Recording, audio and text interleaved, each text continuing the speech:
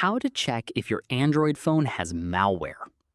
First, open the Google Play Store and tap your profile picture in the top right corner. Next, tap Play Protect, then select Scan. Google Play Protect will check your installed apps for harmful or suspicious activity. Once the scan is complete, review the results. If Play Protect detects a harmful app, follow the on-screen instructions to remove or disable it. You should also check for apps you don't recognize. Go to Settings, then Apps, click App Management, and scroll through the list of installed apps. If you find an app you didn't install or no longer need, consider uninstalling it. Another sign of malware is unusual behavior, such as excessive battery drain, frequent pop-up ads, overheating, or unexpected data usage. If you notice these issues, keep your phone updated by installing the latest Android security updates.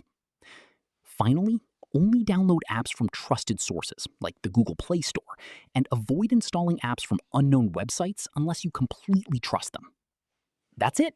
You've learned how to check your Android phone for malware and improve its security.